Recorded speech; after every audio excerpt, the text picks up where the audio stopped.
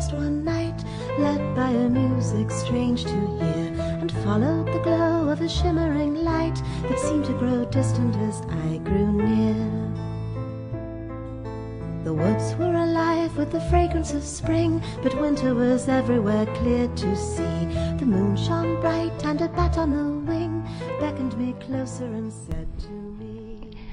Hola a todos, hoy vamos a hablaros de un tema que consideramos que es uno de los secretos mejor guardados que ha habido en la historia.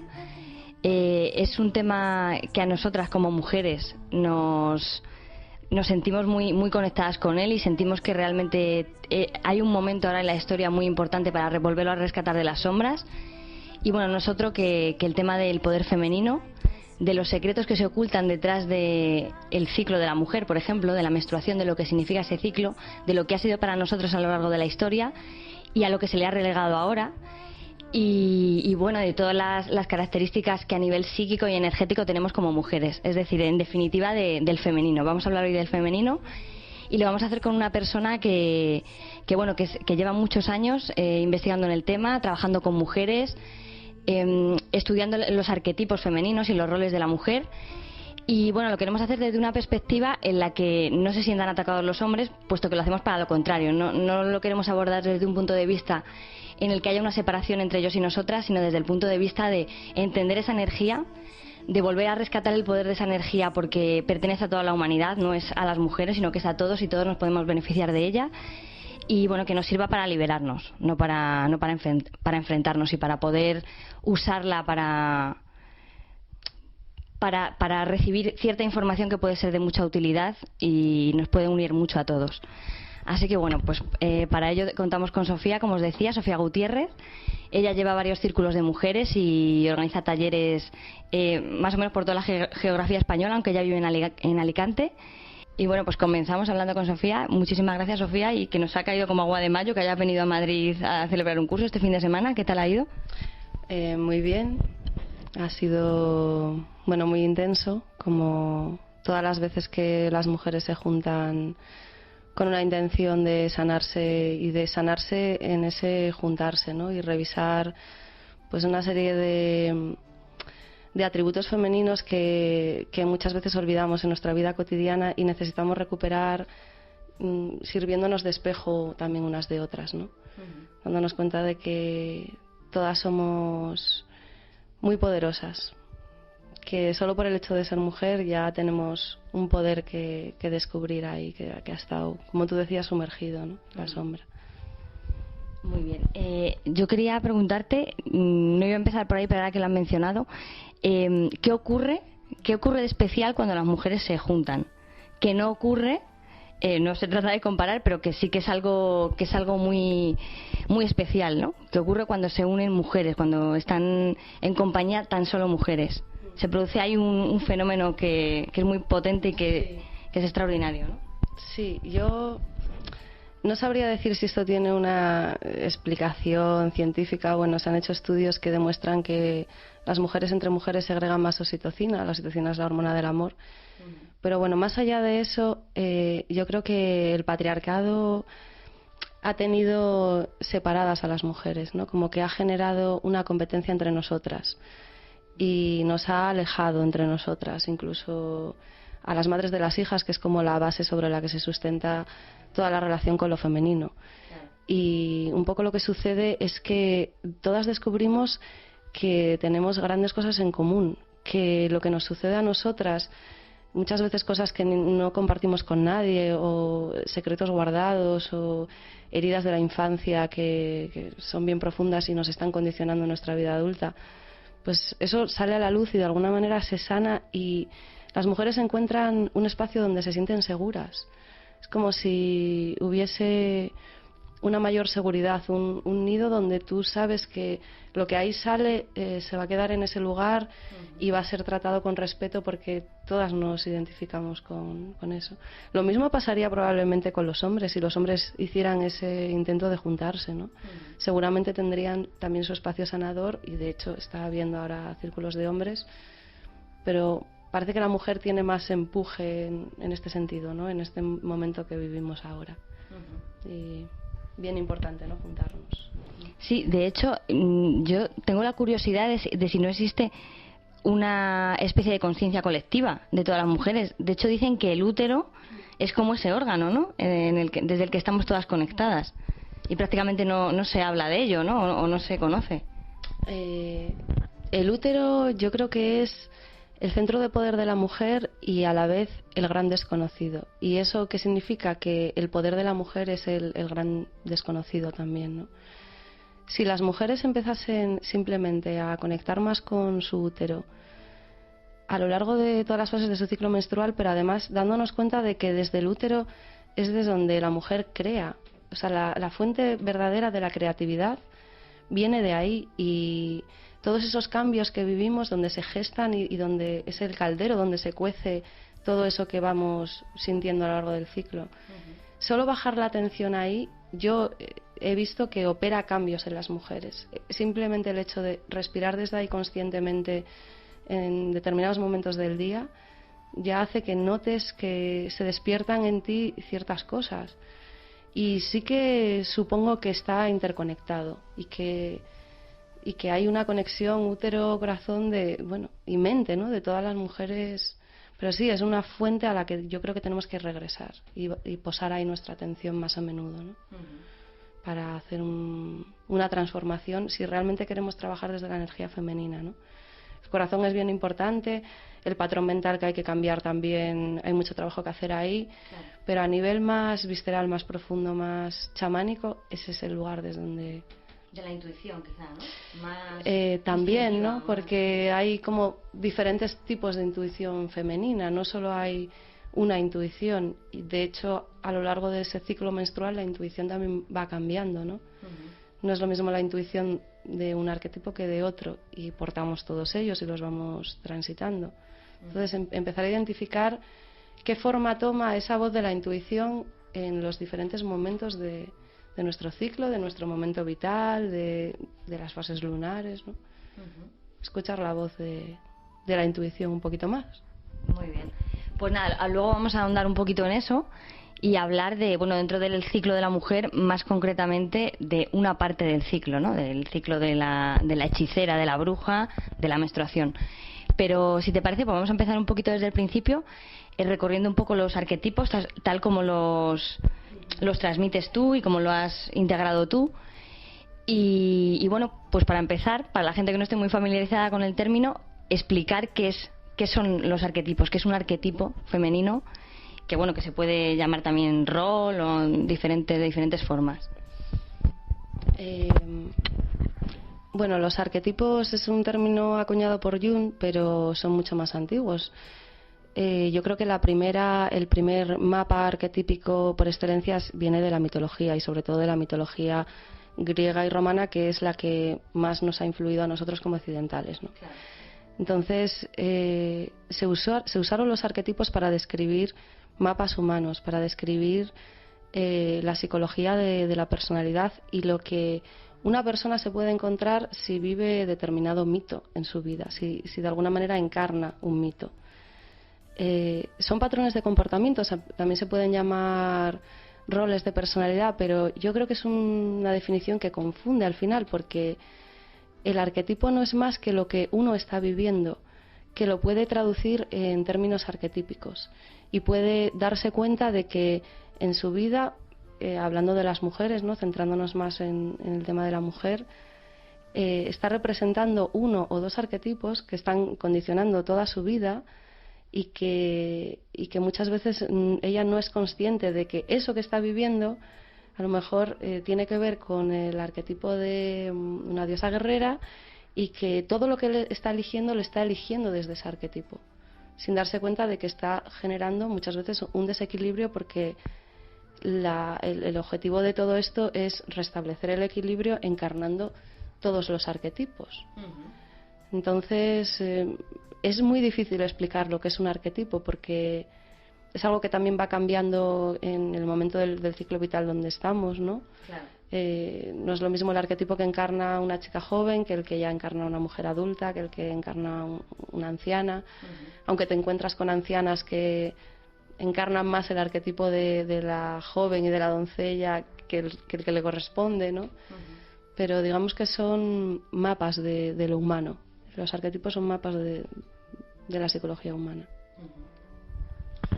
Bueno, de hecho, las mujeres, comentábamos que dentro de una misma mujer hay muchas mujeres, o sea, que en una misma etapa de tu vida puedes encarnar diferentes de esos roles, ¿no? Y bueno, pues si te parece, vamos a empezar por explicar el primero, que sería el de la niña interior, ¿no? Y ya pues explicando uno a uno, yo creo que la gente se va a ir haciendo una idea de lo que es un arquetipo. Ha quedado bastante claro con lo que has explicado, pero ya vamos poniéndole características, ¿no?, a cada uno de ellos. Ubicándolos en el esquema. Así que, bueno, o si quieres comentamos primero que tú trabajas de una determinada manera, ¿no? Tu método se llama la rueda de Ana. Si me quieres explicar un poquito de... Vale. ¿En qué consiste? Al final, explicando una cosa se entiende lo otro, ¿no? Claro. Porque es el esquema desde el que trabajo en diferentes formatos, o cursos, talleres, pero al final el esquema base es el que guía todo el proceso, ¿no? Entonces, el esquema se llama rueda de Ana porque es el nombre que recibe la rueda con la que se trabaja en Avalon. Las sacerdotisas de Avalon trabajan con el esquema de la rueda de Ana, denominado así porque Ana es la diosa celta primordial, la madre de todos los dioses. Puede ser Dana.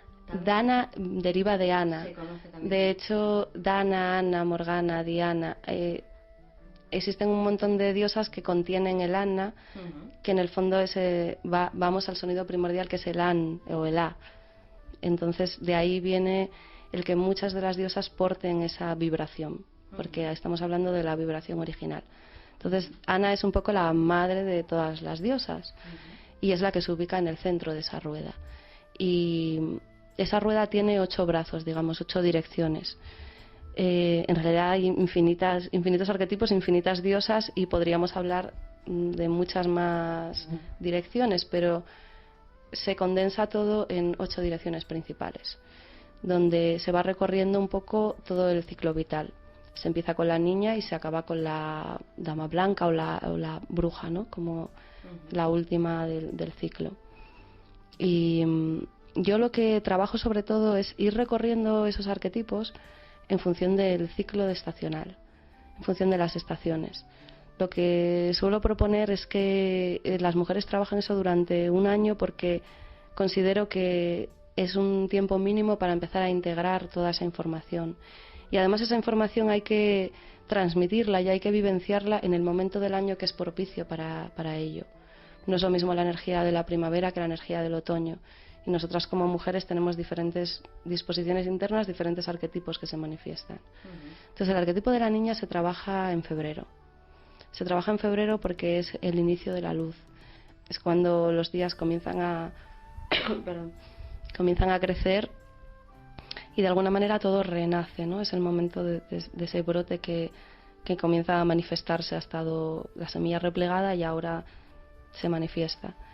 Y eso tiene que ver con la energía de la niña, ¿no? De la niña no solo en edad cronológica, sino de la niña interior que todas las mujeres portamos. Claro. Entonces todo el trabajo orientado en sanar la herida de la niña interior, o también en rescatar los dones de esa niña, ¿no? Porque muchas veces yo descubro trabajando con mujeres que viven vidas que van en contra de lo que realmente ellas desean, y para encontrar eso que desean muchas veces se tienen que remontar a la infancia y recordar eso que realmente cuando eran niñas les fascinaba hacer, ¿no? Uy, muy importante. Sí, y ahí es donde está muchas veces la esencia de nuestra misión de vida, de nuestro don, de hacia dónde tenemos que... De quiénes somos. Sí. Entonces hay como mucho que rescatar de la niña, ¿no? Cada una de las mujeres. Y ese trabajo se realiza en febrero. En marzo ya cambia la energía, estamos en el equinoccio, que es un momento de equilibrio entre la luz y la oscuridad. ¿Y qué pasa en la naturaleza en primavera? Pues que todo está exaltado, todo el verdor, los animales, todo es como que sale de su letargo y realmente quiere salir a la luz y manifestarse. Claro. Entonces, en ese salir a la luz y manifestarse plenamente se trabaja todo lo que tiene que ver con las diosas solares. Entrarían muchas diosas dentro de ese patrón, y también recibe el nombre de la guerrera, de la diosa guerrera. O sea, ¿qué tipo de la guerrera? De la guerrera, porque la guerrera es valiente, tiene coraje, sale al mundo, va en pos de sus objetivos, y es algo que vivimos muchas veces en nuestra adolescencia. Lo que vivimos en nuestra adolescencia cuando nos creemos capaces de todo, proyectamos hacia el futuro, nada nos puede parar, ¿no? Sí, y somos osados, ¿no? Osados, esa es la palabra, ¿no? Como sí. Que muchas veces nos pasamos de osadas, pero es una energía que también hay que rescatar de ese momento de nuestra vida y que en este caso trabajamos como en la primavera, ¿no? El arquetipo, en una conferencia tuya que escuché, hablabas de Artemisa, ¿no? Sí. Que sería el arquetipo de esta... Artemisa es una gran representante del arquetipo de la guerrera y de la diosa solar, aunque es una diosa lunar. Artemisa se asocia a la luna, pero tiene ese componente. Cuando hablo de diosas solares hablo de las diosas que son capaces de manifestarse en el mundo en todo su esplendor, y eso es un don de la guerrera. Autosuficiencia también, ¿no? Como... Y también egoísmo, ya si nos vamos a la parte de la sombra de la guerrera, pues tan autosuficiente que a veces peca en caer en el egoísmo, en no necesitar a nadie, ¿no? De hecho, bueno, hay mujeres que encarnan ese arquetipo toda su vida, son mujeres que a lo mejor normalmente no han sido madres o no han elegido vivir en pareja, y que ese es el arquetipo que está definiendo su vida, ¿no? Sí, no se preguntan por qué a lo mejor no encuentran esa persona, ¿no? Que comparta con sí, ellas o a lo vida, mejor ¿no? ni siquiera la quieren encontrar y realmente o tienen ese conflicto de creer que quieren ser madres y creer que quieren tener pareja, cuando en el fondo lo que quieren es vivir solas porque es su naturaleza, es su esencia, ¿no? Claro. Pero bueno, sí que hay mujeres como que encarnan eso toda su vida, ¿no? Y nosotras buscamos el trabajarlo en ese momento del año. Si te parece, podemos hablar de cada arquetipo, de la parte más oscura del arquetipo, o la que sería estar en el desequilibrio, quizá, y de la parte más, o sea, de las características que sí que había que potenciar, por ejemplo. Claro, por ejemplo, yéndonos a la niña, lo que muchas veces se encuentra en la sombra de la niña, porque haya habido una herida, porque haya habido un abuso, que es algo muy habitual de encontrar también, por lo que sea, porque tu madre no te ha contenido lo suficiente ese primer año de vida y eso ha generado en ti una determinada personalidad.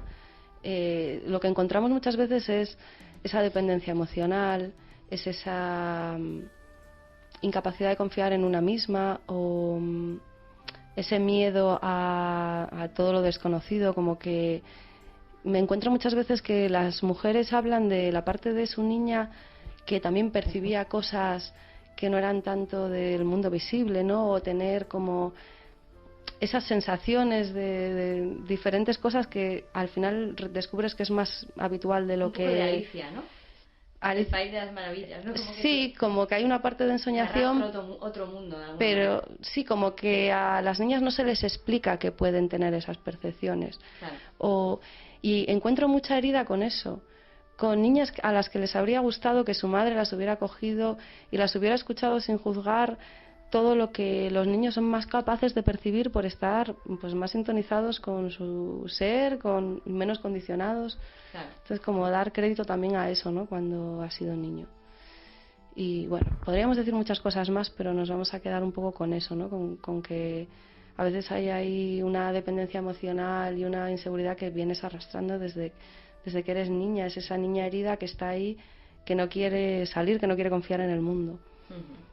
Y un poco lo de la guerrera, pues lo que explicaba antes, ¿no? Ese llevar la autosuficiencia y el egoísmo a un punto extremo, ¿no? O en creer que tú sola eres capaz de todo, que tú puedes con todo, que no necesitas alianzas, ni pedir ayuda, ni ese tipo de cosas, ¿no?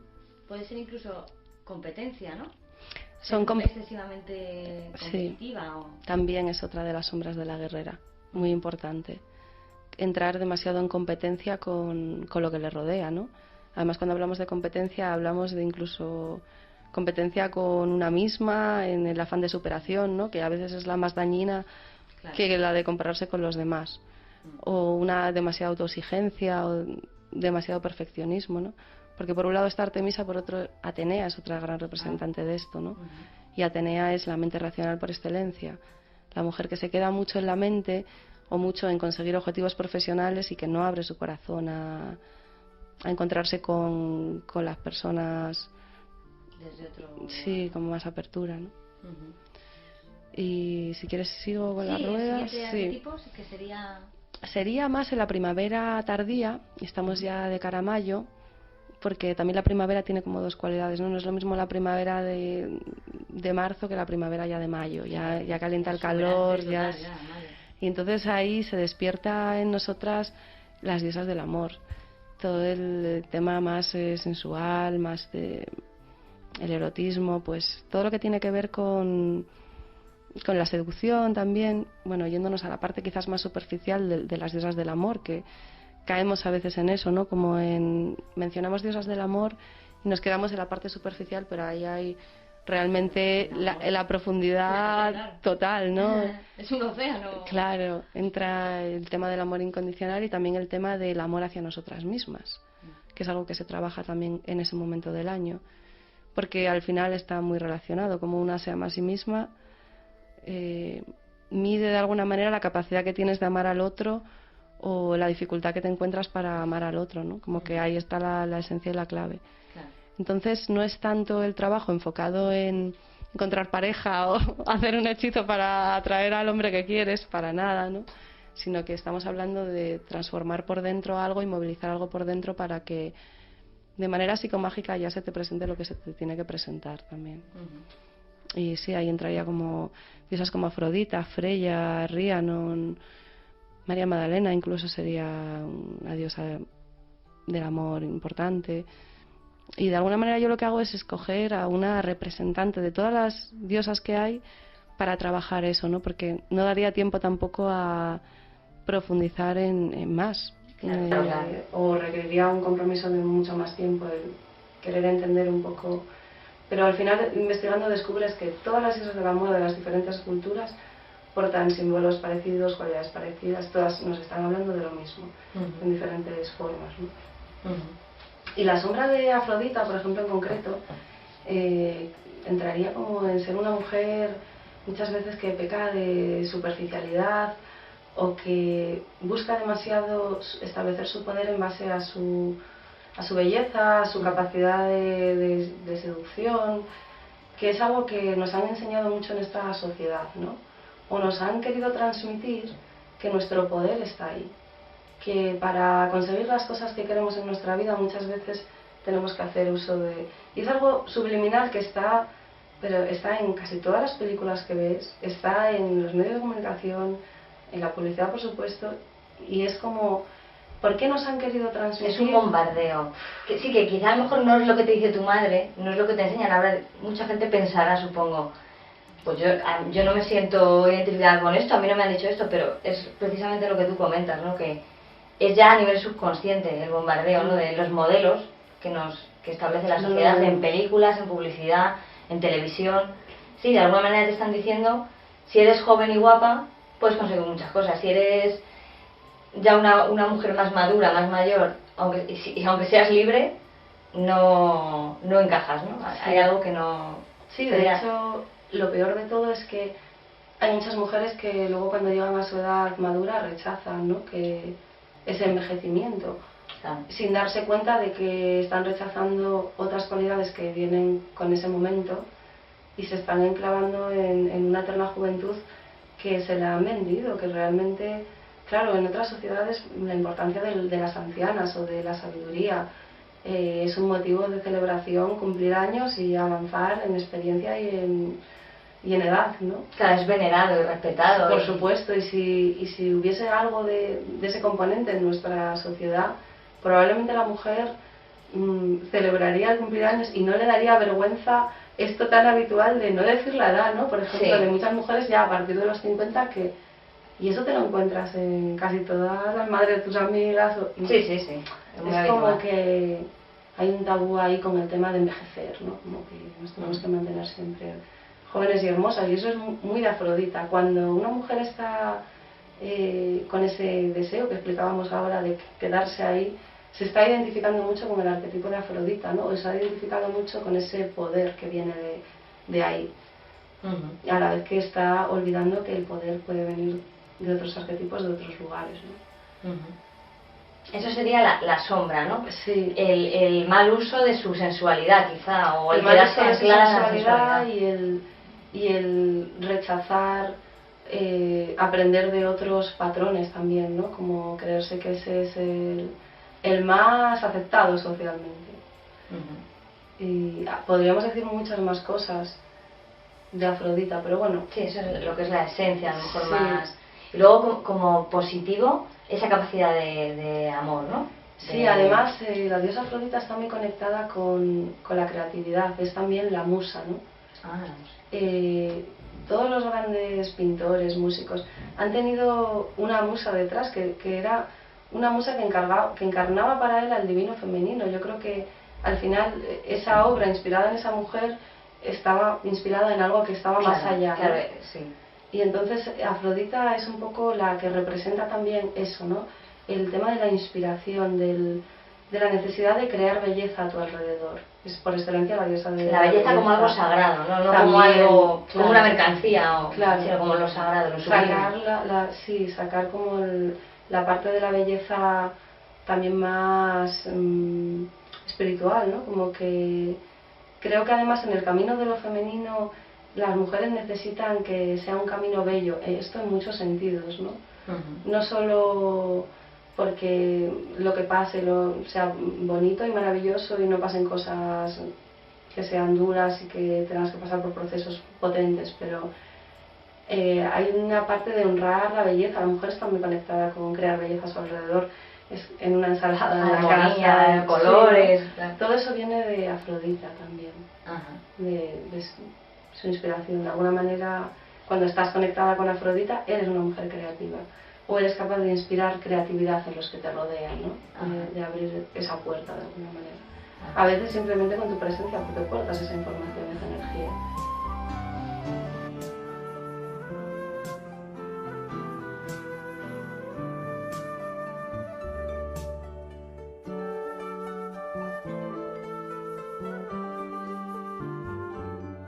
Bueno, y el siguiente arquetipo que sigue a la diosa del amor, Afrodita, por ejemplo, sería el de la madre, ¿no? El arquetipo de la madre quizás es el más complejo, el más amplio. De hecho, todas las diosas están muy vinculadas con la diosa madre, ¿no? Es como que es el origen de todo. Y la madre se trabaja sobre todo en verano, porque es un momento donde conectamos con las aguas, y el mundo de la madre tiene mucho que ver con el agua. Toda la vida proviene del agua, y el bebé, cuando está en el feto de la madre, está en el líquido amniótico, que es agua. La leche que emana de los pechos de la mujer en la maternidad es también un líquido. Entonces es un momento de conectar con las aguas, con las emociones y con todo lo que tiene que ver con el arquetipo de la madre, no solo a nivel de sanar cosas con tu madre biológica, también revisar que tienes que sanar interiormente tú con tu arquetipo de la madre, independientemente de que seas tú también madre o no, porque es un arquetipo que encarna a las mujeres que tienen hijos, y las que no tienen hijos a veces más. Me encuentro muchas veces con mujeres que no han sido madres y han canalizado esa necesidad, llámalo necesidad, o deseo de cuidado, de atención, de hacerse cargo, pues lo han llevado a su trabajo, a sus amigos, y lo han desplazado a muchas esferas de su vida, ¿no? Y sí que es algo muy inherente en la mujer, muy intrínseco. Todos los dones que porta la madre, de alguna manera los porta la mujer casi desde que es niña. Yo lo veo con las niñas que tengo alrededor, cómo tienen les sale de manera natural ese ser cuidadoras, estar atentas a las necesidades de los demás, ¿no?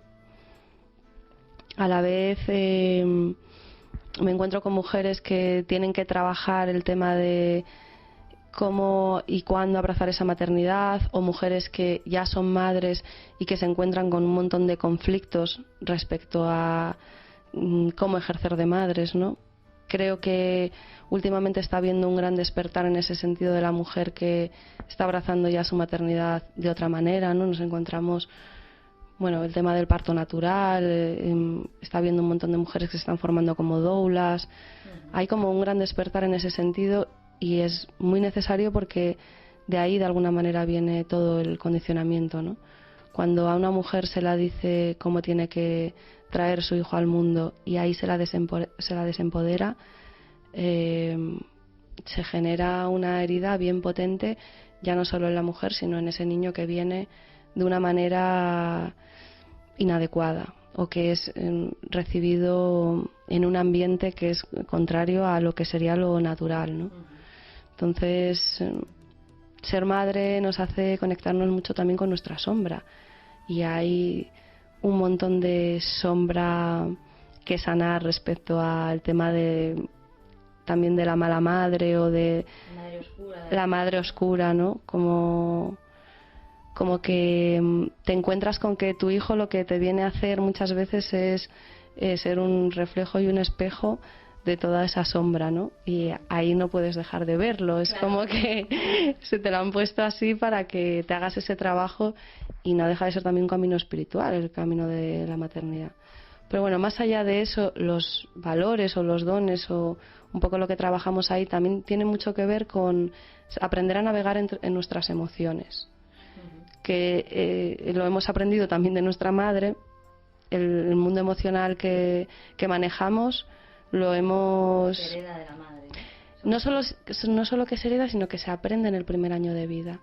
En el primer año de vida se crea el tipo de apego que tú estableces con tu madre, te va a condicionar el resto de tu vida para el resto de las relaciones que tú vas a establecer. De hecho, muchas veces lo que pasa, los problemas de pareja vienen de ser un reflejo de lo que te pasó con tu madre el primer año de vida. Y además es con tu madre y no con tu padre o con otras figuras, porque es con esa persona con la que tienes que establecer ese vínculo. Y bueno, hay muchísimo trabajo que hacer ahí, ¿no? Pero empezamos siempre por aprender a observar nuestras emociones, a navegar por ellas. Y digo navegar porque las emociones hay que vivirlas, ¿no? No se pueden ni negar, ni se pueden ensalzar, claro, ni se pueden analizar racionalmente, ni el tema de las emociones es un tema muy delicado y yo creo que a todas nos condiciona y nos afecta mucho, ¿no?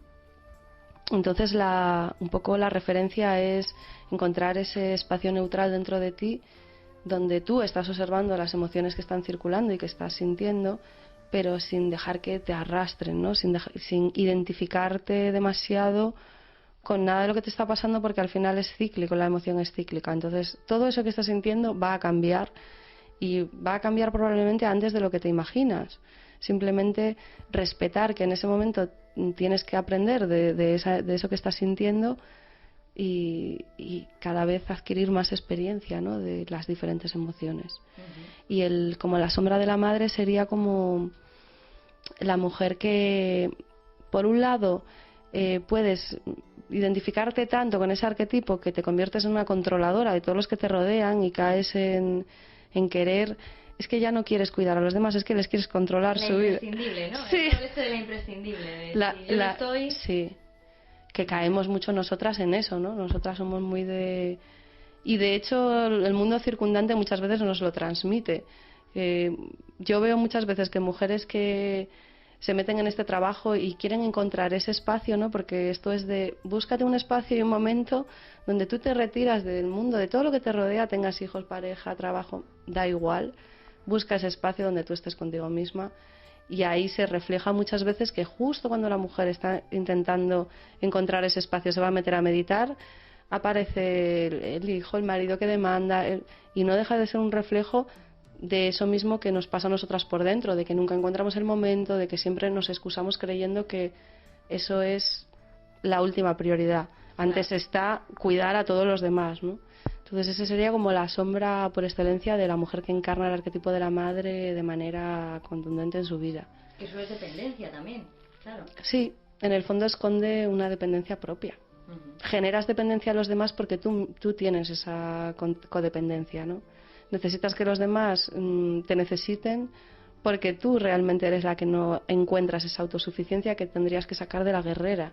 Claro. Tendrías que estar equilibrando con el arquetipo de la guerrera. Y con encontrar por lo menos alguna esfera de tu vida donde encarnas ese otro, ¿no? Donde tú eres tú misma, autosuficiente y Sin tomas tus... a nadie. Sí. O sea, soy madre de o soy... Si no soy... Sí, además es que es necesario, yo creo, y sanador.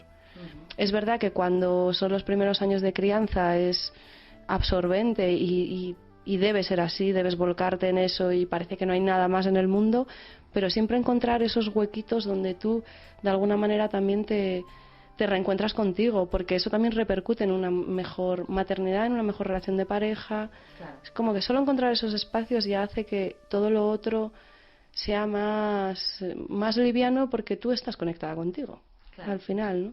Claro.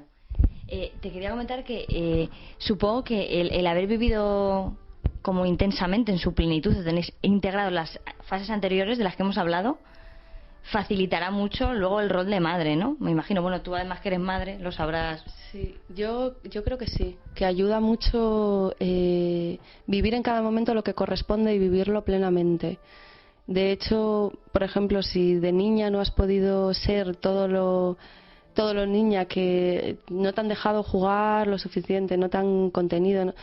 Como que vas arrastrando eso y eso se manifiesta en la maternidad, se manifiesta que tú, cuando tienes que sostener a alguien, necesitas ser sostenida, necesitas más que nunca, nace una vulnerabilidad ahí, ¿no? Como que, y también es algo natural porque de repente es una situación que muchas veces te sobrepasa por el gran cambio que estás operando en tu vida, ¿no? Pero sin caer en necesitar tanto que el otro te sostenga, ¿no? Es que también hay algo antiguo que está ahí emergiendo. Y muchas mujeres también que a lo mejor no han vivido esa juventud de la guerrera, de... Que no se han realizado, a lo mejor. Claro, que no han tenido oportunidad de experimentar lo que hay que experimentar en ese momento, que es todo el tema de la aventura, ¿no? Que luego toma diferentes formas y donde vivimos muchas veces es la aventura del botellón o la aventura de salir de fiesta. Hay niveles de aventura. Claro, pero esconde esa necesidad de aventura, de riesgo, y en la medida que vives eso cuando tienes que vivir, yo siento que sí, que cuando llega la maternidad y ya ha hecho todo eso que correspondía a las fases precedentes, ya se asienta y dice, es que ahora me toca esto y ni se me ocurre querer salir una noche, si es que no me apetece porque claro, realmente la etapa ya he vivido eso y ahora necesito vivir esto, que es estar con mis hijos, ¿no?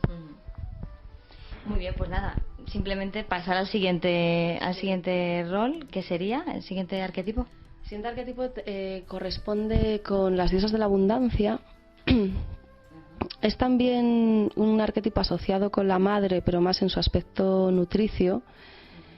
Antes hablábamos de la madre también desde el punto de vista del embarazo, esa madre que está en sus primeros años de maternidad, si lo asociamos al ciclo vital, ¿no? Aquí ya estamos entrando en una mujer de más edad, no vieja, pero un poquito de más edad antes de la menopausia, pero cuando ya no eres tan joven. Y hablamos de las diosas de la abundancia porque es un momento de recoger los frutos. Se supone que cuando la mujer alcanza la edad madura debería de estar, bueno, de hecho pasa así, ¿no? Lo que pasa que muchas veces los frutos que recogemos no se corresponden con lo que queríamos que sucediese en ese momento. Pero es un momento donde recogemos los frutos de nuestra cosecha. Todo lo que hemos sembrado en nuestra vida, en ese momento, de alguna manera regresa a nosotras en forma de regalos o todo lo contrario, ¿no? Entonces es un momento para realizarse, para asumir que una tiene que tomar responsabilidad de lo que siembra y de lo que cultiva, porque lo va a recoger, o sea que somos creadoras de nuestra vida, ¿no? También es un momento donde trabajo mucho, y se trabaja en septiembre porque coincide con la recogida de la cosecha en la naturaleza, claro. Y se trabaja también todo el tema de la relación con lo material también, el tema de la economía y todo el tema de cómo abrazamos o agradecemos lo que tenemos a nuestro alrededor, si somos capaces de pedir lo que queremos, de extender a la conciencia ese proyecto creativo que es el nuestro y que es el que hemos venido a realizar para sentirnos plenas y sentirnos bien con nosotras mismas, ¿no? Entonces se trabaja un poco todo eso, todo el tema de de aprender a agradecer lo que tenemos, a pedir lo que queremos, a tomar responsabilidad por lo que estamos recibiendo y también a nutrirnos a nosotras mismas, ¿no?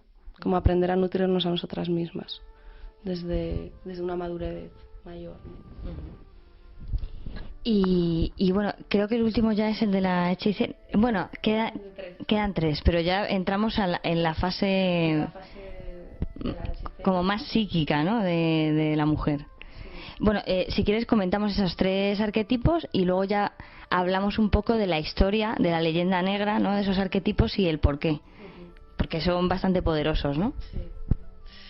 Pues aquí la energía de la naturaleza ya nos invita a descender, ¿no? Cuando el 21 de septiembre es el equinoccio, que también se supone que es un momento de equilibrio entre la luz y la oscuridad, pero en realidad es un momento de descenso a la oscuridad, ¿no? Ya ha empezado a declinar esa luz el 1 de agosto, pero el 21 de septiembre es oficialmente cuando nos conectamos más, nos empezamos a conectar más con nuestra parte inconsciente. Y lo que emerge ahí, el arquetipo que se trabaja ahí, lo llamamos la hechicera, ¿no? No solo yo, sino Miranda Gray. Es un concepto que viene de antiguo, en el tema de las 3 caras de lo femenino, ¿no? La doncella, la madre y la bruja, o la doncella, la madre y la hechicera. Y si sería como la tercera cara de lo femenino o el aspecto de la sombra. El tema de las diosas oscuras se comienza a trabajar en otoño, porque en otoño es un momento donde las fuerzas de la naturaleza nos predisponen más a estar en casa, a conectarnos más con lo que pasa dentro, o debería de ser así. A veces cuando vivimos en las ciudades eso no sucede porque la actividad es igual o más intensa, ¿no? La llamada está ahí. Sí. Claro. De hecho, yo creo que realmente sucede, y sucede en todas las mujeres, aunque vivan en el centro de una ciudad bulliciosa, pero que no nos damos cuenta de que está sucediendo eso, ¿no?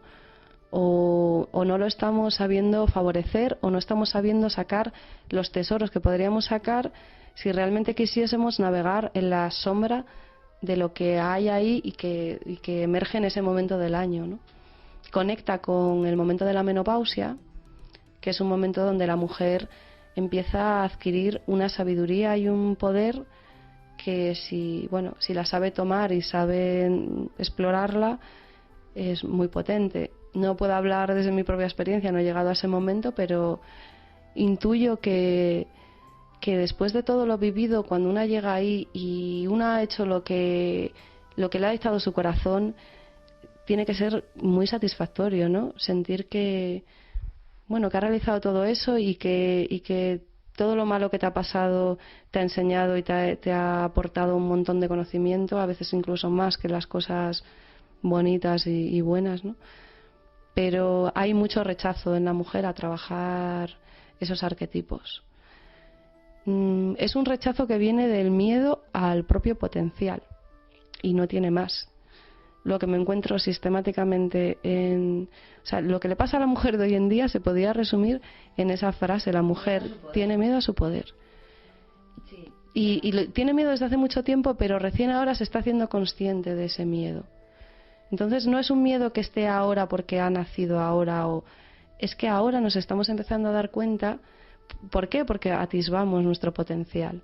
Entonces va todo de la mano, ¿no? Y donde está nuestro gran miedo está nuestro gran desafío y está nuestro gran tesoro a la vez, ¿no? Todo está interrelacionado. Si te produce respeto atravesar determinadas puertas, atraviésalas porque ahí te esperan regalos para ti, ¿no? Pero lo desconocido y ese miedo a lo desconocido pues sigue estando ahí, porque no nos han educado en explorarlo desde niñas, porque no nos han enseñado a confiar en que no pasa nada, en que todo está bien, en que no hay nada malo ni nada oscuro ahí, sino que está oscuro porque no está en el mundo manifiesto, pero ahí muchas veces lo que hay es lo más bonito que tienen las personas. Permanece en la sombra porque el potencial es difícil sacarlo en todo su esplendor, ¿no? Estamos cada día aprendiendo a hacerlo, pero...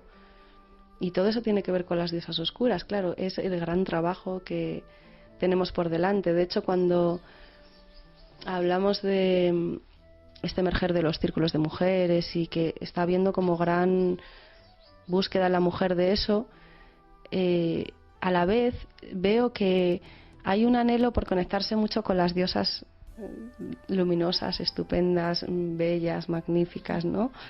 Pero cuando vemos a la vieja desdentada que nos está diciendo las verdades a la cara, a esa normalmente no la queremos escuchar tanto como esa que anhelamos ser, ¿no? Sí. Y esa es la más poderosa, la sabia, ¿no? A la que realmente hay que aprender a escuchar, porque es a la que han querido relegar a la sombra, ¿no? Pues pensaba hablar de esto más adelante, pero como estamos en el tema, sí, yo creo que es el momento. Precisamente durante muchísimas generaciones, desde hace muchísimos años, estamos escuchando leyendas acerca de lo que estamos hablando. De hecho, en muchas culturas, pues las leyendas de las brujas, ¿no? Del bosque, que se comen a los niños, que siempre connotaciones negativas y peyorativas hacia ese rasgo, ¿no? del femenino. Si estamos hablando de que es algo donde reside el poder, o sea, donde estamos en el límite entre el mundo bueno, podrías hablar de una cuarta dimensión, ¿no? De lo no manifiesto aquí todavía y lo manifiesto en la tierra. Estamos ahí entre dos mundos, capaces de traer aquí y de manifestar cosas. Hasta ahí llega ese poder. ¿Cuál crees que es el motivo, ya no de que las mujeres lo teman, que ya lo hemos hablado, sino de que el poder, qué tipo de poder hay en el mundo ahora mismo para que eso se tema y se esté tergiversando o se esté dando esa visión y que nos haga rechazarlo a todos, hombres y mujeres? Sería muy difícil responder a esa pregunta. Yo sí que creo que hay una pretensión consciente detrás, o sea, sí que hay todo un engranaje que sostiene el que la mujer no se conecte. De hecho, todo en el mundo parece que está diseñado para que la mujer olvide ese potencial, ¿no? Y no encaje, porque parecen tiempos medidos por el hombre.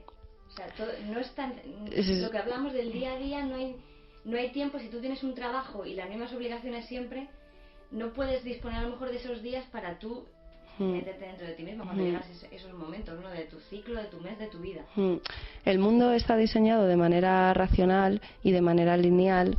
Cuando se cambió el concepto de tiempo cíclico a tiempo lineal, de alguna manera ahí se borró de la conciencia toda esa capacidad que tenemos de percibir el tiempo como una dimensión que se puede estirar o se puede comprimir a veces a nuestro antojo si aprendemos a manejarlo, pero que realmente el tiempo nunca es lineal.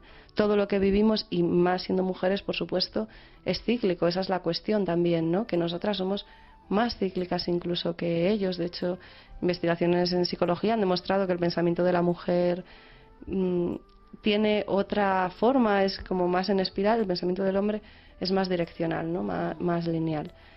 Y para explicar eso que estás preguntando de por qué hemos pasado de una sociedad donde los valores femeninos eran predominantes, donde la mujer estaba conectada con su poder, paría sin dolor, menstruaba retirada y conectada con las otras mujeres haciendo el trabajo que tenía que hacer. Claro, nos tendremos que remontar a mucho tiempo atrás, o sea, el momento en el que se estableció de alguna manera el sistema patriarcal, ¿no? Que hay que decir que el sistema patriarcal no es solo algo que corresponde a los hombres, o sea, que es como una entidad que a veces la tenemos muchas veces dentro las propias mujeres, ¿no? La hemos integrado dentro de nosotras. Es un esquema, ¿no? Mental. Sí, una jerarquía. Sí, es una forma de conducirse en el mundo y en tu vida. El patriarcado integrado te condiciona a actuar de una determinada manera y muchas veces mujeres que se creen muy liberadas o que se creen muy conectadas con su poder femenino, en el fondo tienen una mente, una estructura patriarcal cuando te pones a realmente analizar lo que hay ahí de fondo, que muchas veces viene también de una educación cristiana, donde el patriarcado ha usado mucho la religión, claro, para condicionar a la mujer. De hecho, ¿qué ha hecho? Ha relegado a la mujer de todos los papeles que tengan que ver con oficiar o con mediar entre lo divino y lo humano, ¿no? Uh-huh. Como que la mujer no tiene parte en esa, ni en casi ninguna religión monoteísta patriarcal que existe hoy en día. Que es curioso, porque precisamente el papel de una sacerdotisa es este, ¿no? Mediar sí. entre lo divino y lo humano, y las mujeres, por sus características propias, ¿no? Sí. Tenemos elementos que nos facilitan eso. No significa que un hombre no lo pueda hacer, uh-huh. pero que es como que te es dado ya, ¿no? Uh-huh.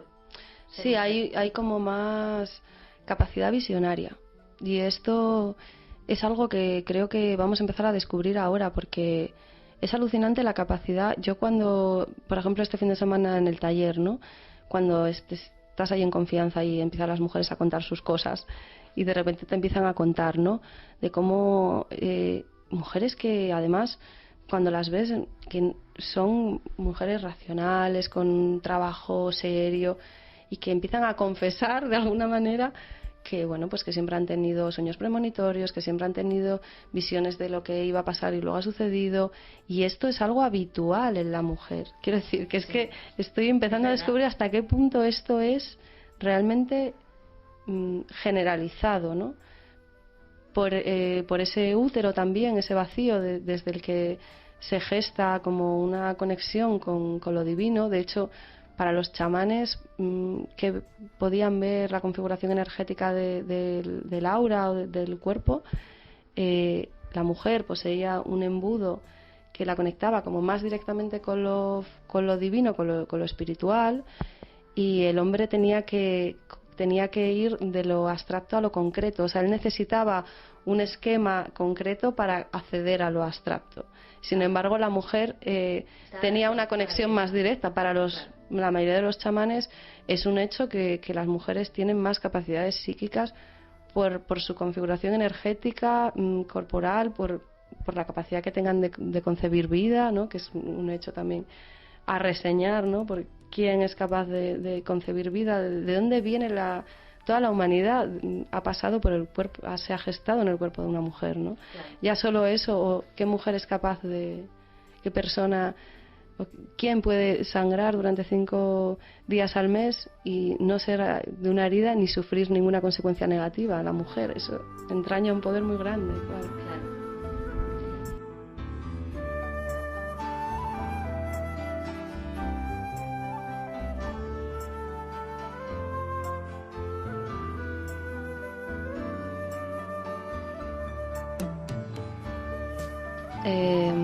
Estábamos explicando un poco la hechicera, que era la energía del otoño, y tenía más que ver con el otoño ese temprano. Igual que en primavera hacíamos una distinción, ahora en otoño también.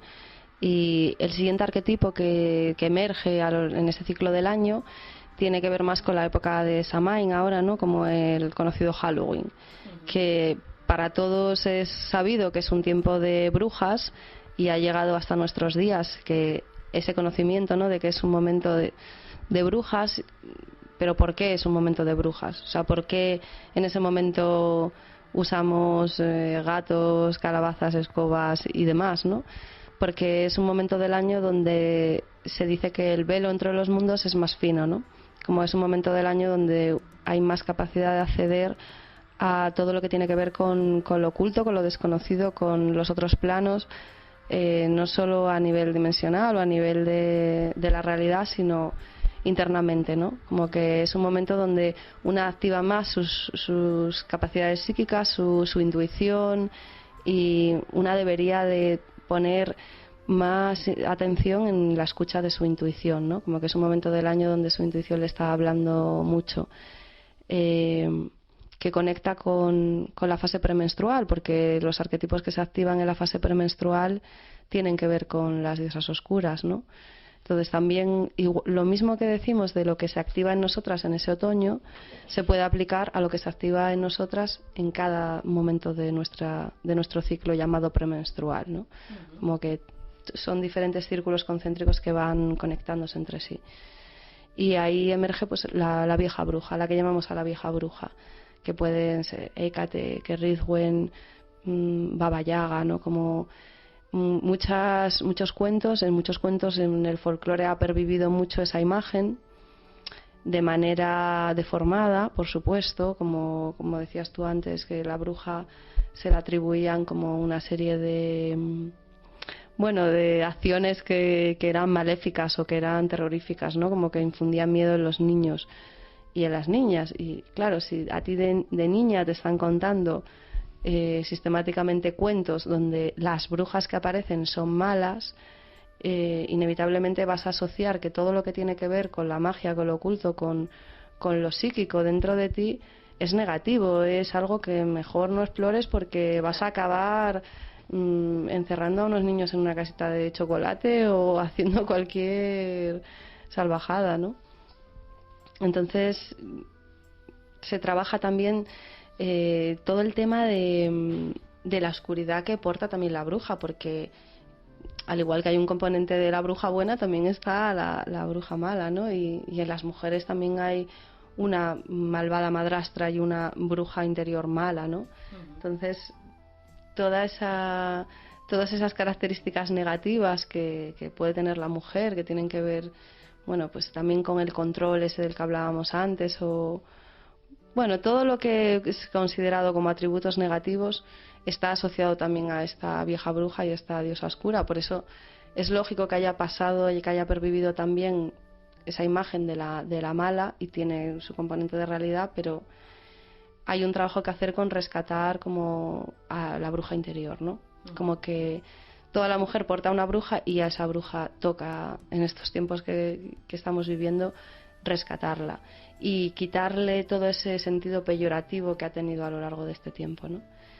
Y luego, cuando ya llega el invierno, oficialmente se inicia el 21 de diciembre, es como el nacimiento de alguna manera el nacimiento de Jesús también tiene que ver con eso que se celebraba ancestralmente, que tenía que ver con el solsticio de invierno y el momento en el que el sol de alguna manera empezaba como a renacer, ¿no?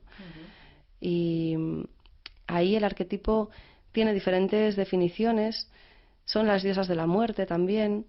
Me gusta llamarlo dama blanca, que es un término que usa Marija Gimbutas precisamente en sus libros, ¿no? Llama a las diosas de la muerte, la llama la dama blanca. Y la tradición celta, que yo he seguido un poco, en muchos escritos también la llaman así. La dama blanca. Sí. Pues es como la que preside el invierno, ¿no? Que ya preside como el fin y principio de la rueda, pues ese momento en el que todo nace para que todo lo nuevo pueda volver a renacer, pueda también seguir girando, ¿no? Hay un sentido ahí de, pues un saber de cuando tú en tu vida dejas morir ciertas cosas, te estás también abriendo a lo nuevo, ¿no? Y no hay que temer esas muertes simbólicas, porque a través de esas muertes algo nuevo puede también brotar, ¿no? Entonces ese es como el conocimiento que nos trae esta chamana. Es el momento del año más espiritual.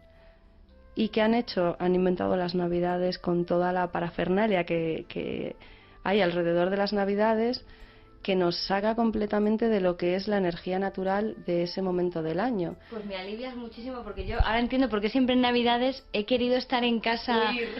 Sí, o en la naturaleza, o ver, cuando salen los primeros rayos del sol del solsticio, que vas al campo y ves que parece que está muerto el campo, y ves que sabes que están dando los primeros rayos y que ahí empieza a resurgir todo ese momento que dicen, está feo el campo. Pues yo veía una belleza increíble en eso, ¿no? Dices, es que está la potencialidad pura aquí, claro, de todo lo que va a venir, ¿no? Del estandarte que lleva la rueda del año. Sí. Y claro, ahora entiendo yo por qué tenía tanto reparo y tanto rechazo a las Navidades. Pensaba que simplemente era algo porque es una fiesta muy comercial, pero debe venir de ahí también, ¿no? Que lo tenemos ahí integrado. De hecho, tiene mucho que ver también con la menstruación, porque la disposición interna del invierno, que decía antes que es el momento como más espiritual, donde aflora más o donde tenemos más facilidad para conectar con nuestra dimensión espiritual.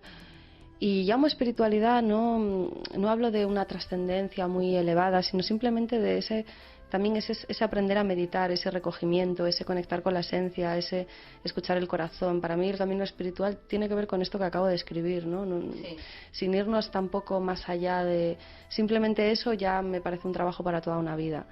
Pero sí que es verdad que si la mujer, por ejemplo, denota enfado en su menstruación, es precisamente un enfado que viene de ese no poder conectar con su profundidad, que puede ser un enfado que tú sientas en las Navidades, que es como si el mundo de afuera te estuviese no te estuviese facilitando para nada el tener la conexión que tú en ese momento necesitas, que es profunda, que es de realmente estar más en silencio, todo lo que tenga que ver con más lo que llamamos zen, ¿no? Como el quedarse con lo esencial, la mujer esqueleto, ¿no? Como el vete a los huesos de las cosas, quédate, al igual que los árboles están desnudos y la naturaleza, como tú decías antes, hay esa belleza en esa desnudez y en ese intuir toda la vida que está escondida en el fondo, ¿no?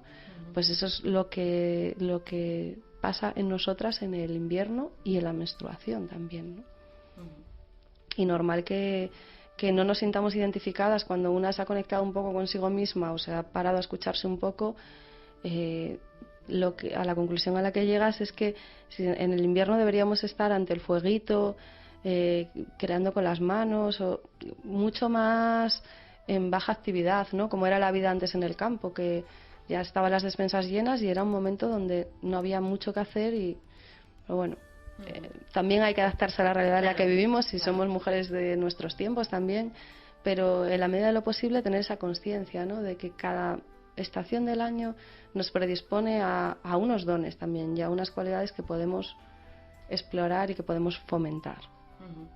Claro, de hecho yo supongo que yo leí que el sistema de menstruación femenino es uno de los órganos o sistemas más susceptibles al estrés que existe. Y yo supongo que una fuente de estrés será no conocer cómo funciona y comprenderlo. Simplemente el hecho de comprenderlo, aunque nos tengamos que cumplir con ciertas cosas, ¿no? Si tienes que trabajar o lo que sea, el hecho de asumirlo y comprenderlo y no verlo como negativo, sino podernos aprovechar de ello, hace que ese estrés disminuya y que podamos ir fluyendo, ¿no?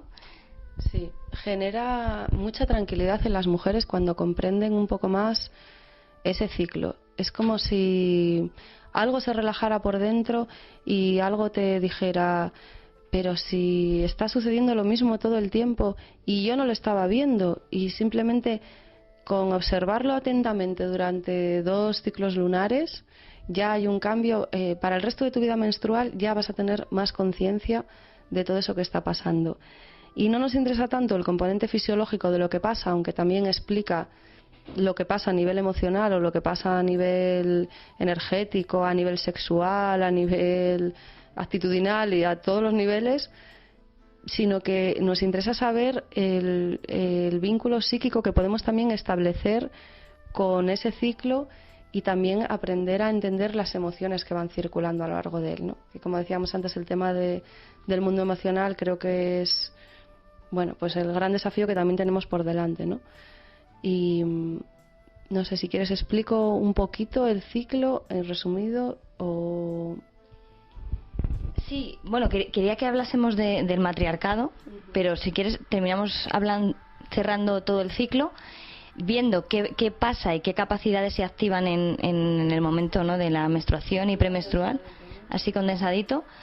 Y nada, pues simplemente comentar que una cosa que he recordado, ¿no?, de ver un documental, el de La luna en ti, que hablaba de que habían hecho un estudio, decían que era un sistema de inteligencia emocional y que tú a lo mejor esos días de la menstruación los vivías de alguna manera en cuanto a humor, en cuanto a estado de ánimo y físicamente, según hayas estado reprimiendo el resto, ¿no? Digamos que eso es como un momento de liberación. Estás de mal humor y dices, joder, pero es que a lo mejor si no estuviese de mal humor ahora me vendría por otro lado, ¿no? Es como que una manera como de limpiarnos, ¿no? Entonces, había un estudio que decían que habían medido los cambios de humor entre hombres y mujeres durante 1 o 2 meses, y que el resultado había sido que habían experimentado exactamente los mismos cambios de humor las mismas veces, hombres y mujeres, con la diferencia de que las mujeres podían prever cuándo se iban a producir estos cambios de humor, puesto que nuestra naturaleza es cíclica.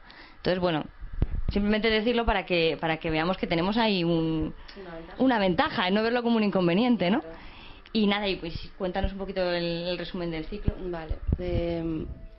Bueno, pues resumiéndolo así mucho, el ciclo se divide como en 4 fases principales, ¿no? Que encajan un poco con lo que decía antes. Y hablamos de la fase menstrual, fase preovulatoria, ovulatoria y premenstrual. La energía que se mueve en cada uno de ellos es diferente, y si recordamos un poco todo lo que hemos explicado, solo con decir que en la preovulación se activa más en nosotras el arquetipo de la guerrera, y todo lo que tiene que ver con lo que hemos dicho de la guerrera y con esa energía de la primavera y del resurgir, tener como un subidón de energía, ¿no? En ese momento. En la fase ovulatoria, con lo que conectamos es con el arquetipo de la madre, lo que significa que estamos como más receptivas, más cuidadoras, más escuchadoras, tenemos como más capacidad de conectar con todos los atributos de la madre. Que en la fase premenstrual lo que emerge en nosotras son las diosas oscuras, y todo lo que hayamos estado relegando en la sombra a lo largo del ciclo o en nuestra vida va a manifestarse ahí. Por lo tanto, es un momento muy, muy emocional y muy de sacar muchas veces una rabia, y esa rabia viene muchas veces también ya acumulada, como tú decías antes, de si en el ciclo precedente no hemos descansado en la menstruación lo que teníamos que descansar, no hemos sacado toda la energía que podíamos sacar de esa fase preovulatoria, o no nos hemos conectado con ese arquetipo de la madre, la ovulación, eso emerge ahí de manera mucho más contundente, ¿no? Es como el balance, ¿no? A lo mejor. Es como que va sumando y al final se va acumulando y sale, ¿no? Y sale en ese momento. ¿Por qué? Porque estamos más conectadas con el inconsciente. Lo que está en el inconsciente emerge en ese momento. Pero es liberador.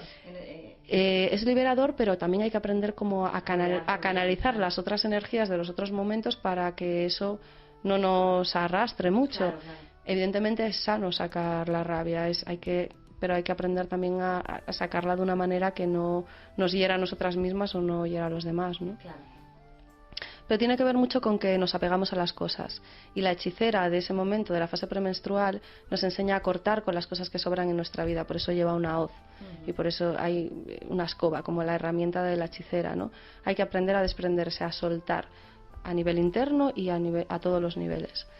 Y en la menstruación se activa más el arquetipo de esta chamana, como de la bruja, de la vieja revieja, ¿no? Y es un momento pues es muy claro el ejemplo de la viejita de la cabaña del bosque que está ahí removiendo su caldero y retirada del mundo, pero conectada con su poder, ¿no? Pues eso es un poco lo que deberíamos hacer o facilitar en nuestra menstruación, retirarnos del mundo, sentir nuestro caldero, removerlo y estar como favorecer esa limpieza, esa purificación de la menstruación. Pues mira qué bien sintetizado. Precisamente en ese momento, en el momento de la menstruación o previo,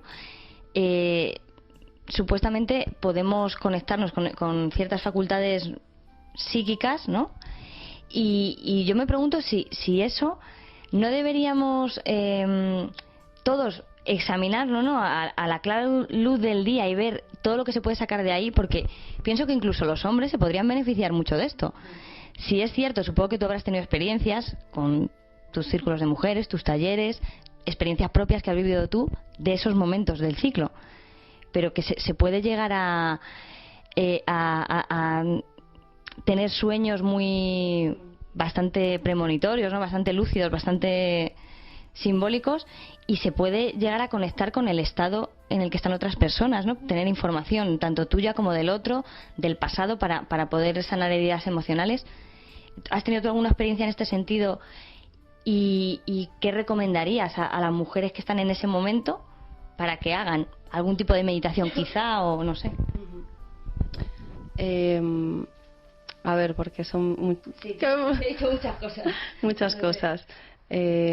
Creo que las experiencias, por ejemplo, visionarias, estas que comentábamos antes, que yo sí las he tenido espontáneamente, ¿no? En diferentes momentos del ciclo, pero ¿para qué sirve eso, no? ¿Para qué de repente una mujer entra en un estado de conciencia que no es ordinario y recibe una serie de imágenes o de información, y qué hacer con eso? O qué hacer cuando tienes un sueño del que te levantas y sabes que es un sueño importante, que te están diciendo algo importante. Claro, yo creo que requiere hacer un trabajo profundo de empezar a entender los símbolos. Como que la parte psíquica hace uso del lenguaje simbólico, utiliza los símbolos para comunicarse con nosotros. Pero si no sabemos leer esos símbolos, muchas veces se queda en una ensoñación, en un viaje bonito en el que hemos visto lo que sea que hayamos visto, pero no sabemos entender qué información porta ese mensaje, ¿no? Entonces, por ejemplo, mi trabajo va muy orientado a eso.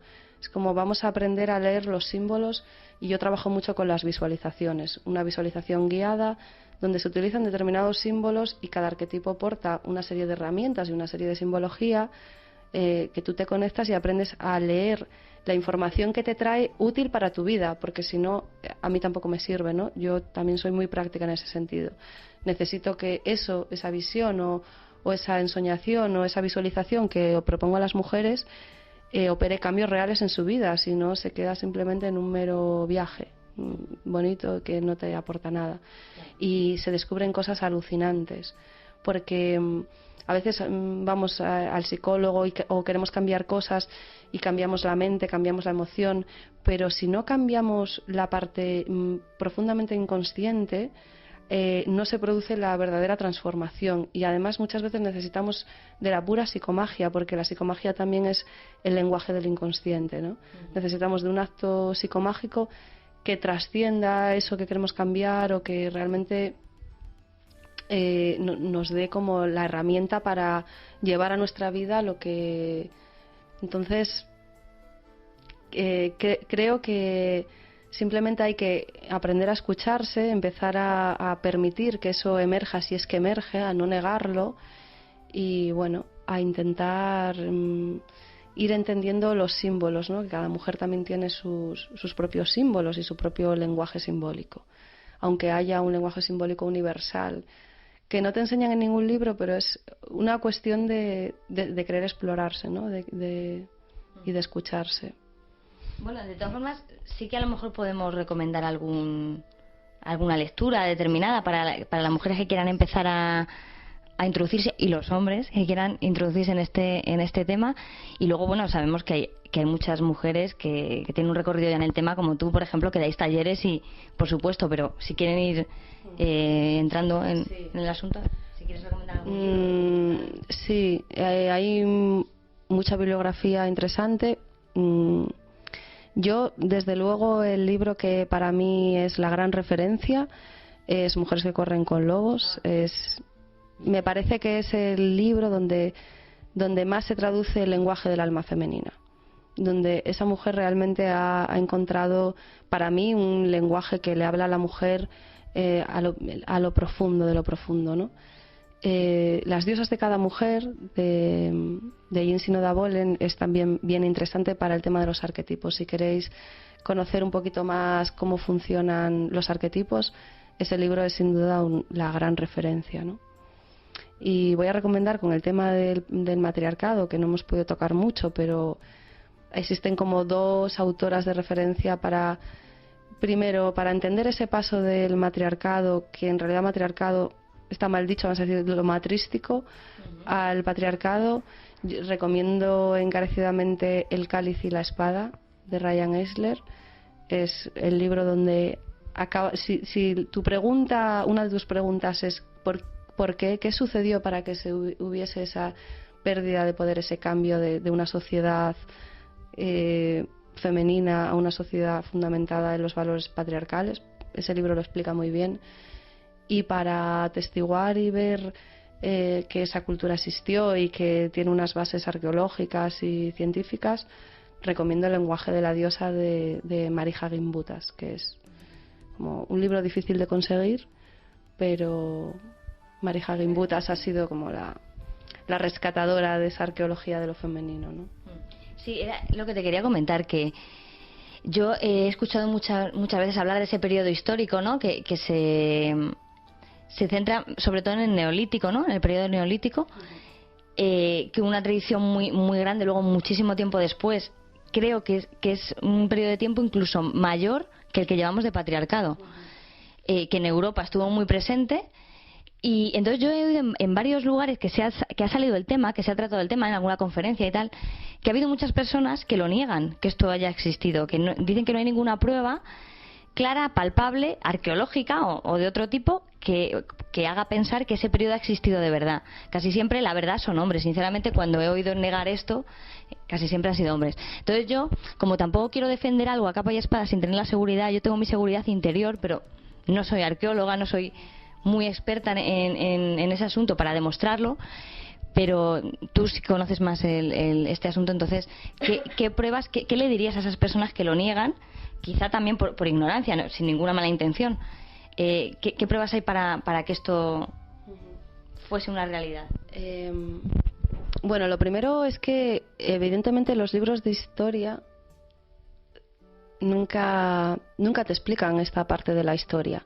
La historia se empieza a contar en el patriarcado, porque es donde aparece el lenguaje escrito, ¿no? Y lo que nos han transmitido es que en el Neolítico eran unos bárbaros, eran personas que vivían como salvajes. Realmente se han encontrado ciudades como Cataluyuk o otros lugares donde se ve claramente que había un sistema complejo de organización social, donde ya se había inventado casi todo, ¿no? Y que esto sobre todo se descubrió en toda la cuenca del Mediterráneo. Cuando empezaron a hacer arqueología y a sacar la antigüedad de estas estatuillas, hubo una profusión inmensa en todo el Mediterráneo. De hecho, el lugar donde más pervivió eso, si tuviésemos que escoger un sitio donde, mientras que en el resto del mundo eso ya había sido soterrado y ahí siguió perviviendo, es Creta, ¿no? Creta es uno de los lugares donde se puede ver claramente esa referencia de lo antiguo en una sociedad compleja y con todo su sistema ya creado, ¿no? De hecho, lo que llama la atención también de toda esta etapa, hay dos cosas fundamentales que llaman muchísimo la atención de todo lo descubierto a nivel arqueológico, ¿no? Una de ellas es que todas las estatuillas de la divinidad tenían forma femenina. Se adoraba a lo femenino. No porque la divinidad sea femenina y ya está. Yo creo que lo divino es como mucho andrógino, neutro, todo, ¿no? Lo que integra todo. Pero ¿por qué se veneraban los valores más de lo femenino? Porque era la fuente de la vida también, y porque se sabía que respetando ese proceso de nacimiento y respetando ese proceso madre-hijo, se aseguraba que se crease una sociedad pacífica.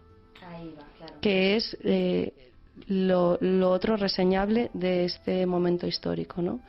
No existe ninguna prueba que demuestre que hubiese habido guerra, defensa, herramientas utilizadas para ello, murallas.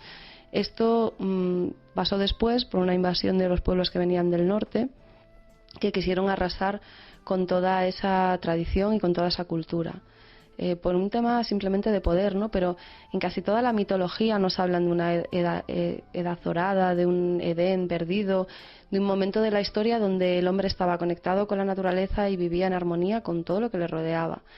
Ese momento es histórico y es la sociedad matrística.